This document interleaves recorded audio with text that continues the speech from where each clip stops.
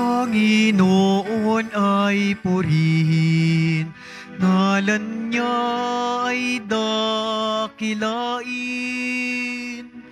Panginoon ay purihin, ngalan niya ay dakilain. Panginoon, ikaw ang may likha ng langit, dagat at lupa, ng buwan, araw at mga bituin, tanang nilalang sa papawirin. Panginoon ay purihin, ngalan niya ay dakilain. Panginoon ay purihin, ngalan niya ay dakilain. Ngalan niya ay dakilain. Simulan po natin ang banal na pagdiriwang sa ngalan ng Ama at ng Anak at ng Espiritu Santo. Amen. Ang pagpapala ng ating Panginoong Jesucristo, ang pag-ibig ng Diyos Ama at ang pakipagkaisa ng Espiritu Santo naway sumainyong lahat. At sumayo rin. Mga kapatid, aminin natin ang ating mga kasalanan upang tayo'y maging marapat gumanap sa banal na pagdiriwang. Inaamin ko sa makapangyarihang Diyos at sa inyo mga kapatid na lubha akong nagkasala sa isip, sa salita at sa gawa at sa aking pagkukulang. Kaya isinasamo ko sa mahal na Birheng Maria, sa lahat ng mga anghel at mga banal, at sa inyo mga kapatid, na ako'y panalangin sa Panginoong ating Diyos. Kaawaan tayo ng makapangyarihang Diyos, patawarin tayo sa ating mga kasalanan, at patnubayan tayo sa buhay na walang hanggan. Amen. Panginoon, kaawaan mo kami. Panginoon, kaawaan mo kami. Kristo, kaawaan mo kami. Kristo, kaawaan mo kami. Panginoon, kaawaan mo kami. Panginoon, kaawaan mo kami. Manalangin tayo. Ama naming makapangyarihan, gawin mo lagi naming matapat na sundin ang loob upang kaming wagas na makapaglingkod sa iyo sa pamamagitan ni Jesucristo kasama ng Espiritu Santo magpasawalang hanggan. Amen. Magsiupo muna po ang lahat. Pagbasa mula sa sulat ni Apostol San Pablo sa mga taga-Roma.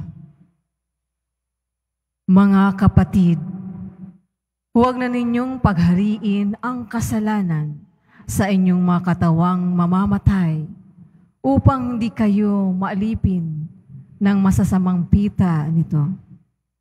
Huwag ninyong ipailalim sa kapangyarihan ng kasalanan ang alinmang bahagi ng inyong katawan bilang kasangkapan ng kasamaan. Sa halip, pasakop kayo sa Diyos bilang mga taong namatay at muling binuhay at inahandog sa Kanya ang buong inyong pagkatao bilang kasangkapan ng katwiran, sapagkat hindi dapat maghari sa inyo ang kasalanan. Yamang kayo'y wala na sa ilalim ng kautusan, kundi na sa ilalim ng kagandaang loob ng Diyos. Ngayon, gagawa ba tayo ng kasalanan dahil sa wala na tayo sa ilalim ng kautusan, kundi na sa ilalim ng kagandang loob ng Diyos? Hindi. Alam ninyong kapag kayo'y nailalim kanino man bilang alipin, alipin na nga kayo ng inyong pinapanginoon, mga alipin ng kasalanan, at ang bunga nito'y kamatayan, o ang mga alipin ng Diyos at ang bunga nito'y pagpapawalang sala. Ngunit salamat sa Diyos, sapagkat kayong dating mga alipin ng kasalanan ay naging masunurin sa aral na tinanggap ninyo. Pinalaya na kayo sa kasalanan at ngayoy mga alipin na ng katwiran. Ang salita ng Diyos. Salamat sa Diyos.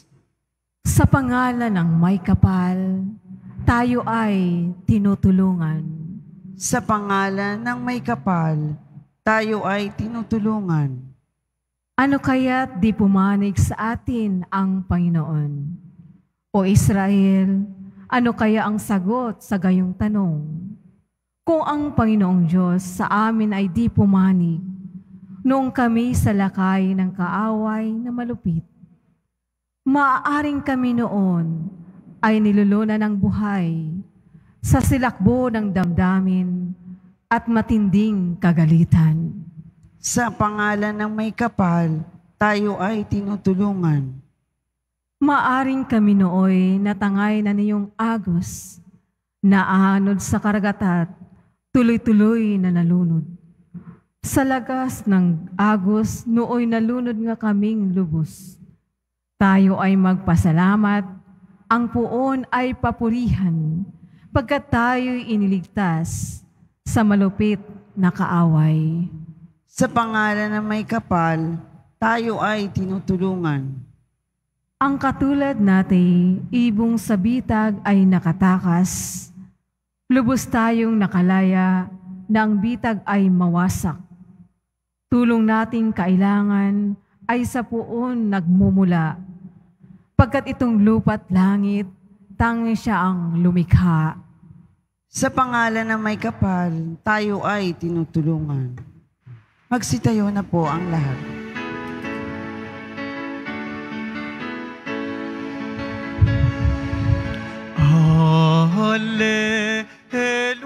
Hallelujah, Hallelujah,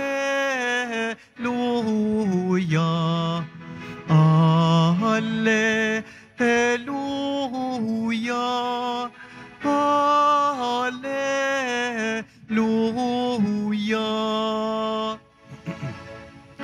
Tayo ay laging magtanod, sapagkat di natin talos ang pagbabalik ni Jesus. Hallelujah,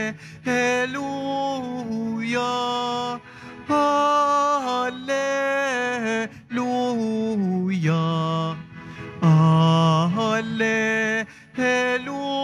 Hallelujah, Hallelujah.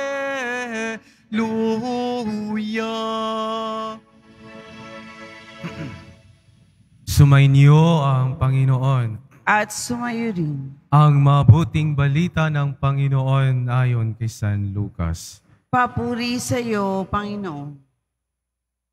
Noong panahong yon, sinabi ni Jesus sa kanyang mga alagad, "Tandaan ninyo ito, kung alam lamang ng puno ng sambahayan kung anong oras darating ang magnanakaw, hindi niya pababayaang pasukin ang kanyang bahay. Kayo may dapat humanda sapagkat darating ang anak ng tao sa oras na hindi ninyo inaasahan." Itinanong ni Pedro, "Panginoon, sinasabi po ba ninyo ang talinghagang ito para sa amin o para sa lahat?" Tumugon ang Panginoon, "Sino nga ang dapat at matalinong alipin? Hindi ba siya ang pamamahalain ng kaniyang Panginoon sa sambahayang nito upang magbigay sa ibang mga alipin ng kanilang pagkain sa karapatang panahon? Mapalad ang aliping iyon kapag dinatnan siyang gumagawa ng gayong pagbabalik ng kanyang Panginoon. Sinasabi ko sa inyo, pamamahalain siya ng kanyang Panginoon sa lahat ng ari-arian nito. Ngunit kung sabihin sa sarili ng aliping iyon, Matatagalan pa bago magbalik ang aking Panginoon at simulan niyang bugbugin ang ibang aliping lalaki at babae at kumain, uminom at maglasing. Darating ang Panginoon ng aliping yaon sa araw na hindi niya inaasahan at sa oras na hindi niya alam. Buong higpit na parurusahan siya ng Panginoon at isasama sa mga di tapat. At ang aliping nakaalam ng kalooban ng kanyang Panginoon ngunit hindi naghanda, ni sumunod sa kalooban nito ay tatanggap ng mabigat na parusa. Ngunit ang aliping hindi nakakaalam ng kalooban ng kanyang Panginoon at gumawa ng mga bagay na nararapat niyang pagdusahan ay tatanggap ng magaan na parusa. Ang binigyan ng maraming bagay ay hahanapan ng maraming bagay. At ang pinagkatiwalaan ng lalong maraming bagay ay pananagutin sa lalong maraming bagay. Mga kapatid, ang mabuting balita ng Panginoon. Pinupuri ka namin, Panginoong Hesukristo. Magsiupo muna po ang lahat. Isang mapagpalang umaga po sa inyong lahat. Ilang linggo na lang po simula ngayon, tayo po ay papasok na sa panibagong kalendaryo ng ating simbahan, ang panahon ng Adbyento. No? Ito'y paghahanda po natin sa tatlong bagay.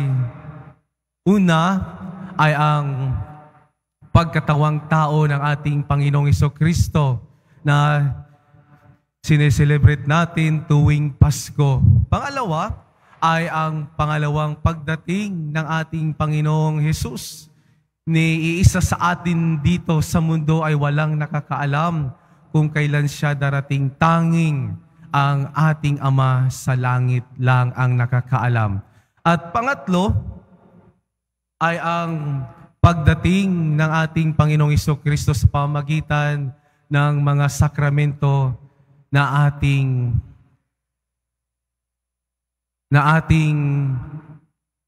sineselebrate, katulad ng banal na misa at sakramento ng kumpisal. Kaya po mga kapatid, sa buhay po natin, alam naman po natin na ang buhay natin dito sa mundo ay pangsamantala lamang. Our ultimate goal in life dito sa mundo ay hindi kung gaano ka ka-successful, kung ano yung narating mo. Bagkus, ang pinaka-ultimate goal natin ay tayong lahat ay makapasok sa kaharian na hinanda sa atin ng ating Panginoon. No? Yan po yung pinaka-ultimate goal natin. No? Dahil lahat ng meron tayo dito sa mundo, yaman man yan, o anumang narating mo dito sa mundo, lahat yan ay iiwan natin. At in the end of the day, no? In the end of our life, ang mahalaga, tayo ay karapat-dapat na pumasok sa kaharian ng ating Panginoon. Kaya po, huwag po sana nating itong mawala yung paghahanda natin sa buhay na walang hanggan. Sabi nga po ng mga santo, ng mga banal, na pinakamasaklap na mangyari sa buhay ng tao ay yung hindi siya makapasok sa kaharian ng ating Panginoon.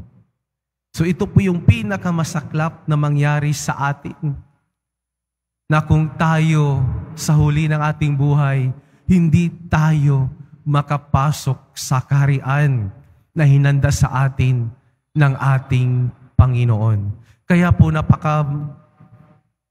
po sana sa pagpatuloy natin sa buhay na ito, paghandaan natin ang buhay na walang hanggan. Kaya pinalalahanan tayo sa ating ebanghelyo ngayong araw na ito na palaging maghanda, no? Dahil hindi alam o hindi natin alam, darating ang anak ng tao sa oras na hindi natin inaasahan. Kaya nga po, palaging maghanda.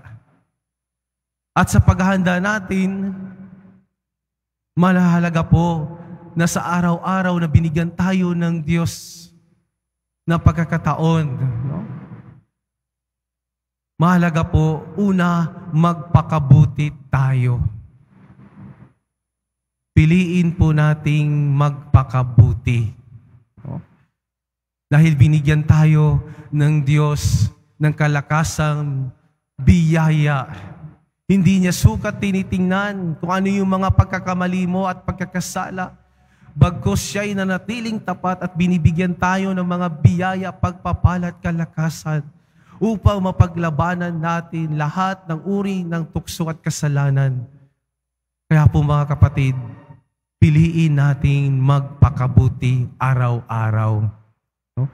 At sa ating pagpakabuti, piliin mo rin po na maging masaya. Na sa kabila ng iyong mga pinagdaanan sa buhay, piliin mo pa rin ngumiti. Dahil hindi nagtatapos ang buhay mo sa mga pasanin mo, sa mga pagdurusa mo. Lahat yan ay may hangganan. No?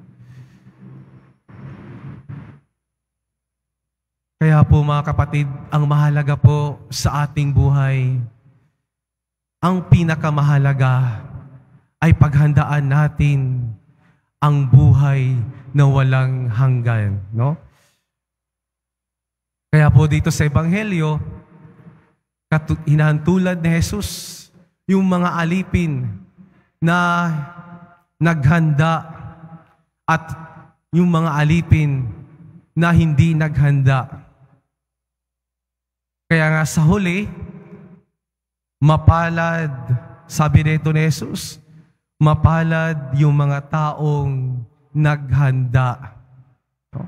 Dahil sila ang makakapasok sa kaharian ng ating Panginoon. Kaya po tayo mga kapatid, binigyan tayo ng mga pagpapalat biyaya ng Diyos. Gamitin po natin yan. Gamitin po natin ito upang paghandaan ang buhay na ilalaan sa atin ng Diyos, ang buhay na walang hanggan. Gamitin natin ito upang tayo'y maging tapat uli sa mga utos at turo ng ating Panginoon. No? Gamitin natin ang mga biyaya at pagpapala ni binigay sa atin ng Diyos upang mapaglabanan natin lahat ng uri ng tukso at kasalanan at maging tapat tayo uli sa Kanya. At makakaasa tayo na kung tayo man ay nanatiling tapat at nagpagkabuti at umiwas sa lahat ng uri ng tukso at kasalanan, makakaasa tayo na sa huli ng ating buhay, ipagkaloob ng Diyos ang buhay na walang hanggan, na kung saan doon wala ng dusa, na kung saan doon wala ng paghihirap, kundi ang mamayani ay lubos na ligaya, kapiling ang ating Panginoon.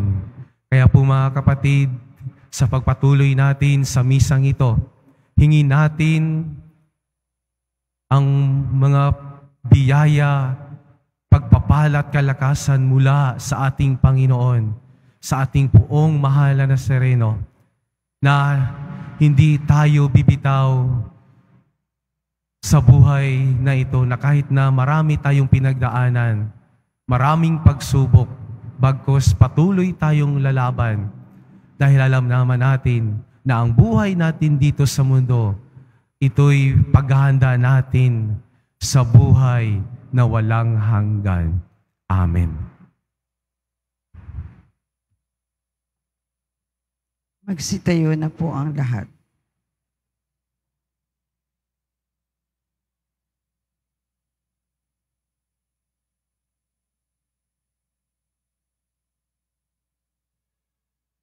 Minamahal kong mga kapatid, manalig tayo sa Diyos Ama habang inilalahad natin sa Kanya ang ating mga pangangailangan at mga pagkabalisa sa buhay.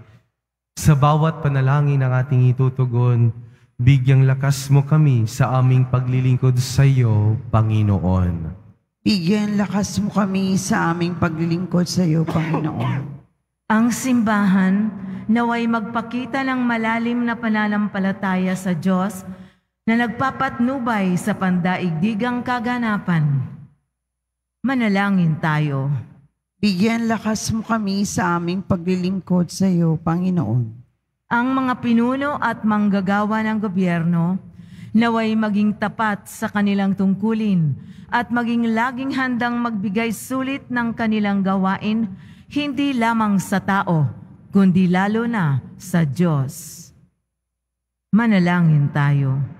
Bigyan lakas mo kami sa aming paglilingkod sa iyo, Panginoon. Ang mga kabataan naway maging matiyaga sa gawain at pag-aaral at manatiling umaasa sa isang magandang kinabukasan.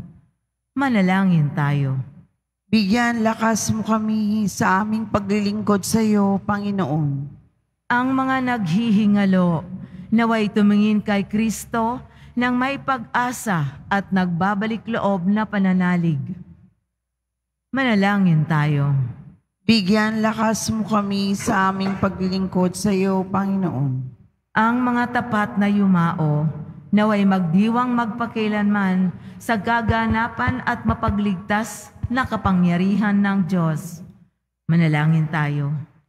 Bigyan lakas mo kami sa aming paglilingkod sa iyo, Panginoon. Panginoon, sa iyong karunungan, nalalaman mo ang oras at araw. Huwag mo nawang hayaan maging sarado ang aming mga puso sa iyong pagdating. Sanhi ng aming pinagkakaabalahan. Hinihiling namin ito sa pamamagitan ni Kristong aming Panginoon. Amen. Magsipo muna po ang lahat.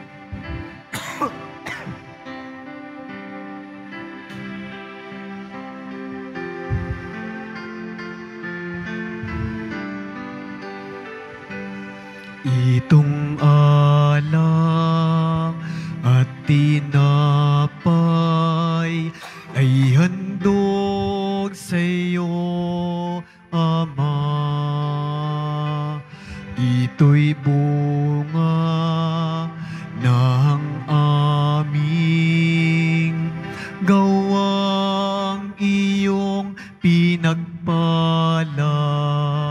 Sumasamo ang iyong bayang, tanggapit iyong basbasan, nang sa amin maging tunay na katawan at dugo ng iyong anak.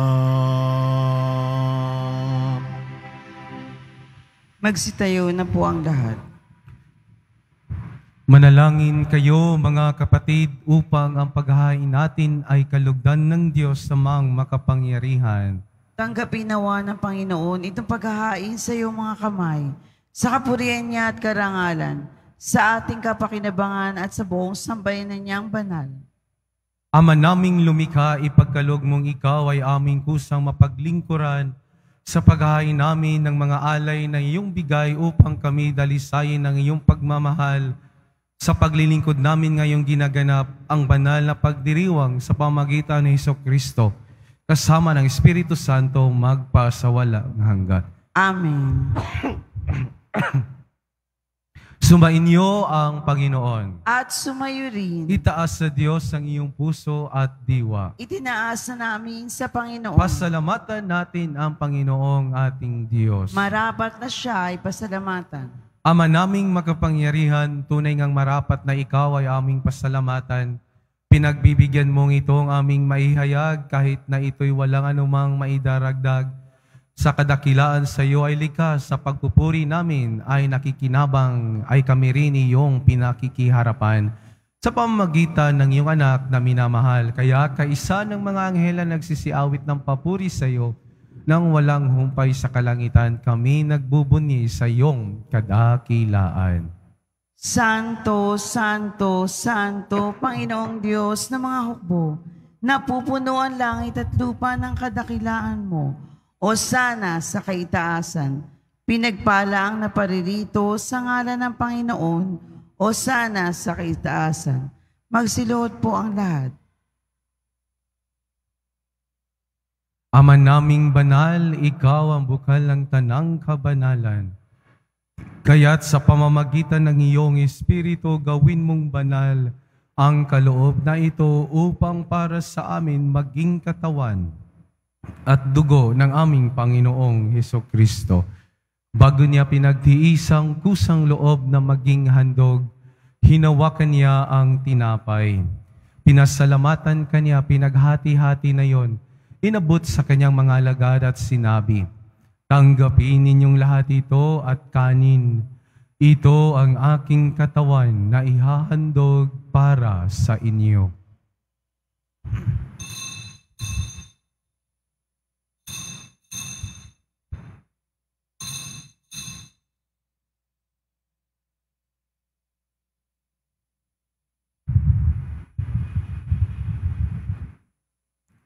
Gayon din naman nung matapos ang hapunan, hinawakan niya ang kalis, muli kanyang pinasalamatan.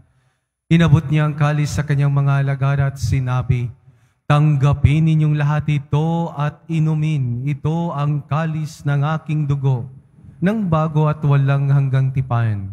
Ang aking dugo na ibubuhos para sa inyo at para sa lahat, sa ikapagpapatawad ng mga kasalanan. Gawin ninyo ito sa pag-alala sa akin.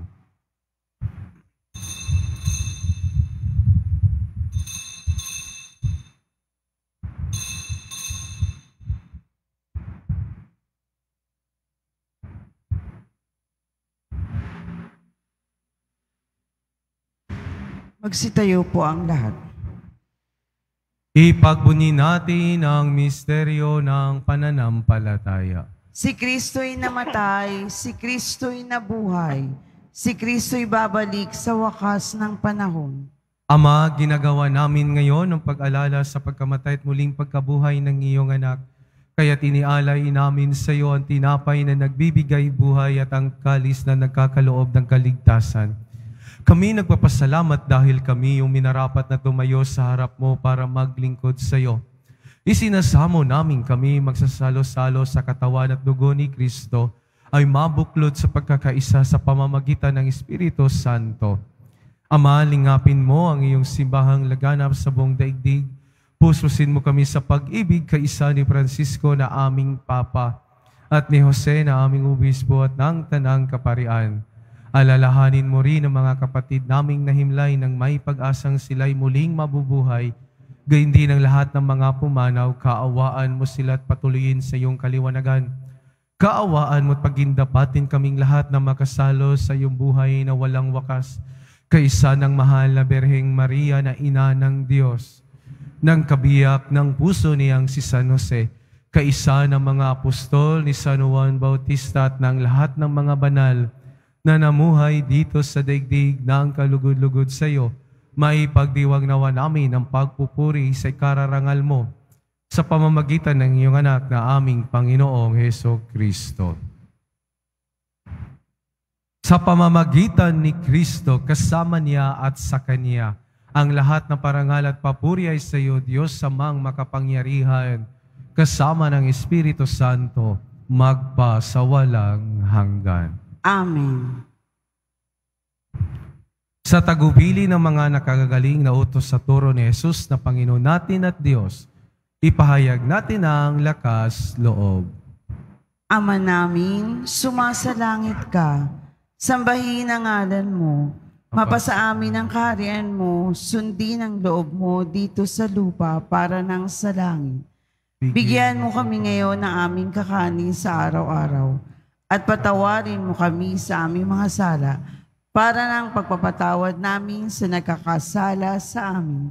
At huwag mo kami ipahintulot sa tukso, at iadya mo kami sa lahat ng masama. Hinihiling namin kami adya sa lahat ng masama, pagkalooban ng kapayapaan araw-araw, iligtas sa kasalanan at ilayo sa lahat ng kapahamakan, samantalang aming pinananabikan ang dakilang araw ng pagpapahayag ng tagapagligtas naming si Heso Kristo. Sapagkat iyo ang kaharian at ang kapangyarihan at ang kapurihan magpakailanman. Amen. Panginoong Kristo, sinabi mo sa iyong mga apostol, kapayapaan ang iniiwan ko sa inyo, ang aking kapayapaan ang ibinibigay ko sa inyo. Tunghayan mo ang aming pananampalataya at huwag ang aming pagkakasala. Pagkalooban mo kami ng kapayapaan at pagkakaisa ayon sa iyong kalooban kasama ng Espiritu Santo, magpasawalang hanggan. Amen. Ang kapayapaan ng Panginoon ay laging sumainyo. At sumayo rin. Magbigayan kayo ng kapayapaan sa isa't isa.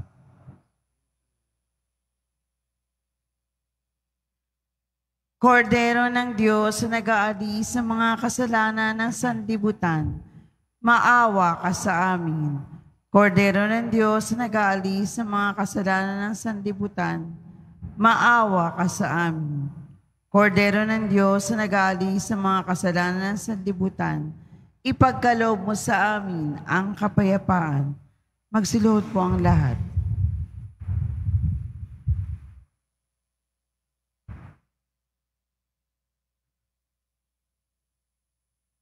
Ito ang kordero ng Diyos. Ito ang nag-aalis ng mga kasalanan ng sanlibutan. Mapalad ang mga inanyayahan sa kaniyang piging. Panginoon, hindi ako karapat-dapat na magpatuloy sa iyo. Ngunit sa isang salita mo lamang ay gagaling na ako.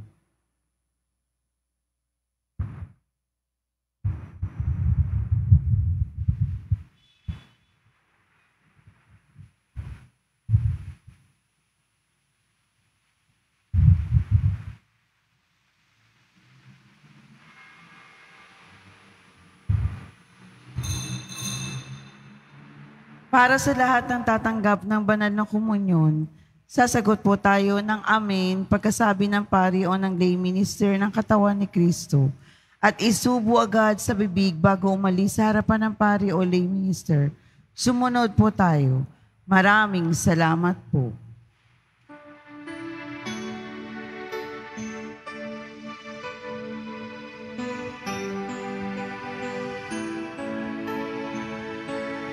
Sa Diyos lamang mapapanatag ang aking kaluluwa.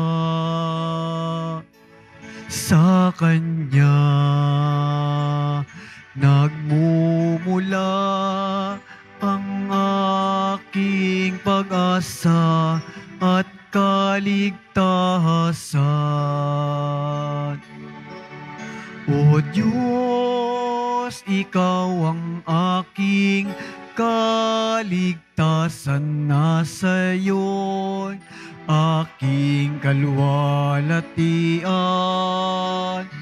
Ikaw lamang aking inaasahan, ang aking muog at tanggulan. Sa Diyos lamang mapapanatag ang aking kaluluwa. Sa Kanya nagmumula ang aking pag-asa at kaligtasan.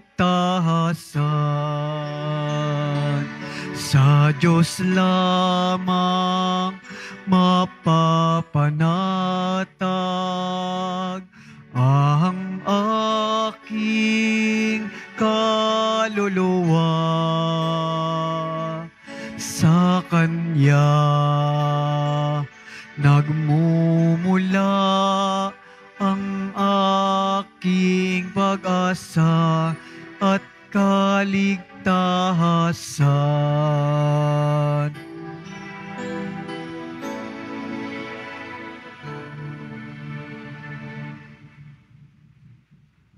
announcement. Available na po ang ating mga All Souls envelope. Sa mga nagnanais, maaari kayong kumuha malapit sa mga pintuan ng ating simbahan o sa information card. Isulat lamang po ang pangalan ng kamag-anak, kaibigan at mga kakilalang namayapa o sumakabilang buhay na. At sa buong buwan ng Nobyembre, ito po ay ating isasama sa lahat ng mga misa na nagaganap sa ating simbahan. Pagkatapos ng misa, wiwisikan po ang lahat ng banal na tubig. Pinakikiusapan ang lahat na manatili lamang muna sa inyong mga lugar. Tanging sa Quezon Boulevard o sa Plaza San Juan lamang ang labasan ng lahat. Sumunod po tayo. Maraming salamat po sa inyong pagdalaw at pagsisimba sa Basilica Minor at Pambansang Dambana ni Jesus Nazareno. Magsitayo na po ang lahat. Manalangin tayo. Ama naming mapagmahal, gawin mong sa aming banal na pakikinabang kami ngayon ay iyong matulungan at mahubog para mamuhay sa kalangitan. Sa pamamagitan ni Jesucristo kasama ng Espiritu Santo, magpasawalang hanggan. Amen. Sumainyo ang Panginoon. At sumayo rin. Mahal na poong Jesus Nazareno, inihayag mo sa pamamagitan ng krus ang walang maliw na pag-ibig ng Diyos sa sangkatauhan. Pakinggan mo ang kahilingan ng iyong angkan na nagsusumamo sa iyo. Makamtanawan nila ang iyong katugunan at tanggapin ang kasagutan na may utang na loob na tinatanaw. Basbasan din po ninyo ang mga dala-dala nilang mga imahen at dasalan.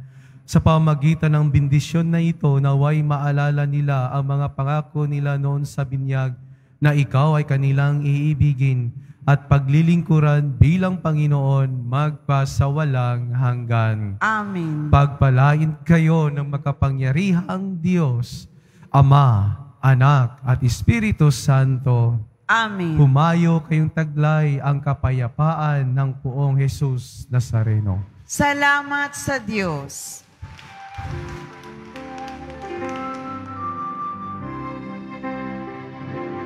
Nuestro Padre Jesus Nazareno, sinasamba ka namin. Pinipinto ka namin, aral mo ang aming buhay at kaligtasan. Nuestro Padre Jesus Nazareno, iligtas mo kami sa kasalanan.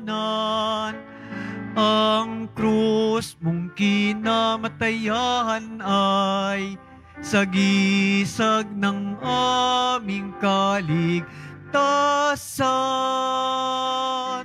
Nuestro Padre Jesus Nazareno, dinarangal ka namin.